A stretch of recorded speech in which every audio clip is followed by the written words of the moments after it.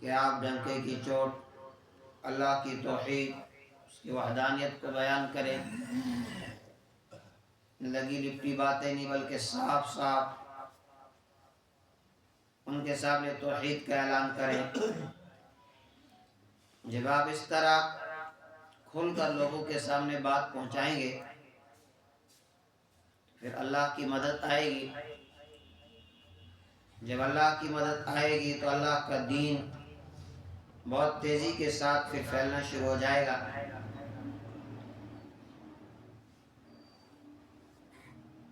اور ادھر اللہ کے حبیب صلی اللہ علیہ وسلم سے وعدہ بھی کیا جا رہا ہے مدد کے آنے کا اور فتح کا۔ پھر اللہ کی مدد آئی اور سن 9 ہجری میں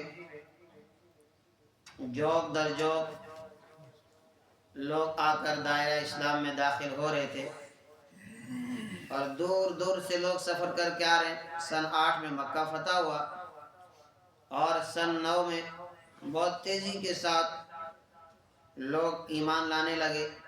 اسی لیے اللہ کے حبیب صلی اللہ علیہ وسلم سن 9 ہجری کے اندر حج کے لیے نہیں جا سکے، چونکہ قافلے دور دراز سے آ رہے تھے ملاقات کے لیے۔ ایک ایک دن میں ہزاروں لوگ پھر ایمان لائے، اس لیے کہ سن 10 میں آپ نے پھر اپنا آخری حج ادا کیا ہے۔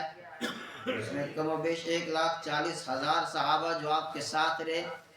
اب آپ خود سوچیں کہ کتنی بڑی تعداد پھر ایمان لائی ہے۔ اور سن 9 ہجری میں اللہ کے حبیب صلی اللہ علیہ وسلم نے پھر حضرت ابوبکر صدیق رضی اللہ تعالی عنہ کو امیر بنا کر حج کے لیے قافلے روانے کے اور خود مدینہ المنورہ کے اندر تشریف فرما رہے تاکہ جو آنے والے وفود ہیں، قافلے ہیں، ان سے ملاقاتیں کی جا سکیں۔ تو یہاں اسی کا تذکرہ آیا اور ساتھ ساتھ میں رحمت دو عالم صلی اللہ علیہ وسلم کا حکم دیا گیا کہ اب آپ اپنے رب کی حمد کے ساتھ اس کی پاکی بیان کیجئے، اس کی تعریف کیجئے، اسی کی تسبیح کیجئے اور اسی کی طرف متوجہ رہیے، استغفار کیجئے۔ کیونکہ اب آپ صلی اللہ علیہ وسلم کے دنیا سے جانے کا وقت آ چکا تھا، اشارہ دے دیا گیا۔ عبداللہ ابن مسعود رضی اللہ تعالیٰ عنہ حضرت عمر رضی اللہ تعالیٰ عنہ کے ساتھ رہتے تھے ان کی کابینہ میں، اور بھی بڑے بڑے صحابہ تھے۔ تو اعتراض ہوا کہ آپ نہیں کیوں اپنے ساتھ رکھا ہے، تو چھوٹے ہیں؟ انہوں نے کہا یہ چھوٹے نہیں ہیں، یہ بہت بڑے ہیں۔ کہا کیسے؟ پھر اس کے بعد یہ سورۃ حضرت عمر رضی اللہ تعالیٰ نے پڑھی۔ کہا تم میں سے کوئی بتا سکتا ہے کہ اس آیت کے اندر ایک راز ہے؟ وہ راز کیا ہے؟ سب خاموش ہو گئے۔ پھر ان سے پوچھا تو انہوں نے فوراً کہا کہ جب کوئی شخص مشن لے کر آتا ہے اور پھر جب اس کے مشن کی تکمیل ہو جاتی ہے اس کو اس طرح بشارتیں دی جاتی ہیں، اس کا مطلب یہ ہے کہ اب انہوں نے واپسی کرنی ہے۔ تو اس صورت کے اندر رحمت دو عالم صلی اللہ علیہ وسلم کی واپسی کا بھی اشارہ دے دیا گیا ہے۔ اور حضرت ابوبکر صدیق رضی اللہ تعالیٰ عنہ وہ بھی سمجھ چکے تھے اور وہ اب اس بات کو جان چکے تھے کہ اب اللہ رب العالمین نے جو بشارتیں سنائی کہ اللہ کی مدد آ گئی ہے، فتح آ چکی ہے، اور اب آپ لوگوں کو جوک در جوک دائرہ اسلام میں داخل ہوتا ہوا دیکھیں گے، اور آپ اپنے رب کی تسبیح بیان کیجئے۔ جب یہ کہا گیا کہ اب آپ اسی کی طرف متوجہ رہیے، اس لیے کہ جو مشن آپ کو دیا گیا تھا اس مشن کی تکمیل ہو چکی تھی، تو سمجھ چکے تھے کہ اب رحمت دو عالم صلی اللہ علیہ وسلم کی جدائیگی کا وقت آ چکا ہے۔ ایمان والوں کو اسی بشارت کا جو تذکرہ ہے وہ اس صورت کے اندر دیا گیا ہے۔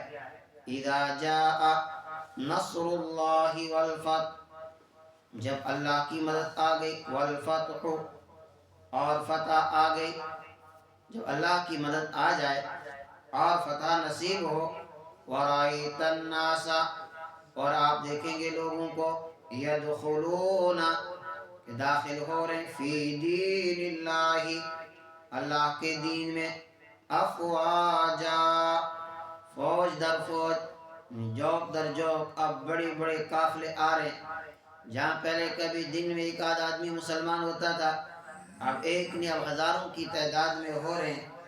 اب مدد بھی آ چکی ہے۔ ایک وقت وہ تھا کہ صحابہ رحمت دو عالم صلی اللہ علیہ وسلم سے پوچھ رہے تھے متی نصر اللہ، کہ اللہ کی مدد کب آئے گی؟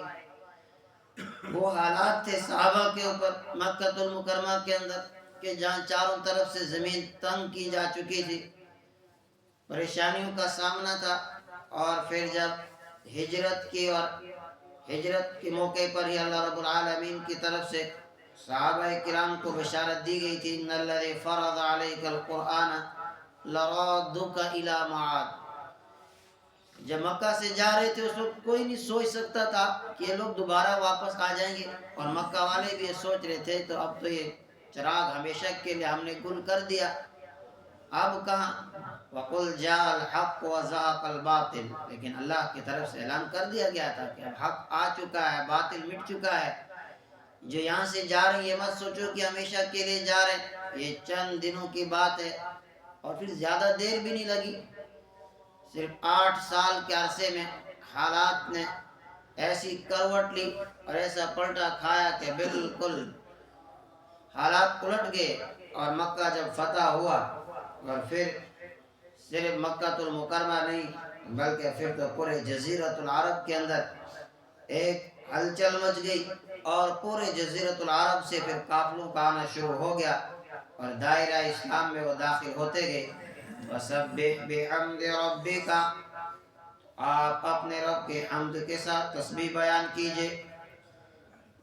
حضرت ام سلمہ رضی اللہ تعالیٰ عنہ روایت کرتی ہیں کہ جب یہ سورت حضور علیہ السلام پر نازل ہوئی، پھر آپ علیہ السلام کچھ کھوئے کھوئے سے رہتے تھے، لگتا ہی نہیں تھا کہ آپ اس دنیا میں ہیں، یوں لگتا تھا کہ آپ کسی اور ہی دنیا میں۔ جب دیکھو زبان پر سبحان اللہ و بحمدہ، سبحان اللہ العظیم، سبحان اللہ و بحمدہ، سبحان اللہ العظیم، استغفر اللہ العظیم واتوب الیہ، بار بار آپ علیہ السلام کی زبان مبارک پر تسبیح ہوا کرتی تھی۔ واستغفروا، آپ اسی سے استغفار کیجئے۔ اور خود رحمت دو عالم صلی اللہ علیہ وسلم فرماتے ہیں کہ میں دن میں اپنے رب سے 70 سے زیادہ مرتبہ، اور ایک روایت میں کہ 100 مرتبہ میں دن میں استغفار کرتا ہوں، اللہ سے بخشش طلب کرتا ہوں۔ کائنات کی وہ عظیم ہستی جو معصوم ہے، جو امام الانبیاء ہیں، وہ اس قدر استغفار کرتے ہیں، امت کو اس کے اوپر کتنا عمل کرنا چاہیے۔ انہو کان توابا، بلا شبہ وہ توبہ قبول کرنے والا ہے۔ اسی سے استغفار کیجئے، اسی سے بخشش مانگے، اسی کی طرف آپ متوجہ ہو جائیے۔ اللہ تبارک و تعالی ہم سب کو قرآن کریم کی صحیح سمجھ عطا فرمائے۔